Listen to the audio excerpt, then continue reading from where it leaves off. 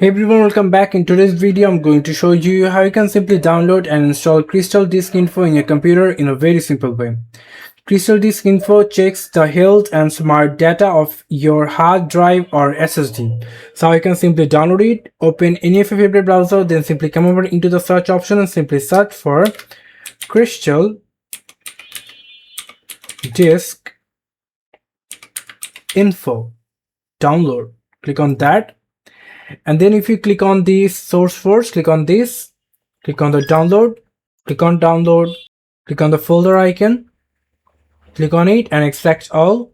And as you can see that it's rightly extracted. And now you can simply see it's for disk info for A64, 64 and 32. So I'm going to go for a 64, click on it 2 times to install.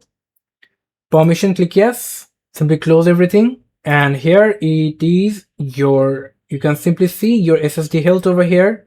It's 84%. So yeah, this is how you can simply download and install CrystalDiskInfo in your computer in a very simple way. Thank you so much for watching. I hope to see you for another videos. Till then, goodbye.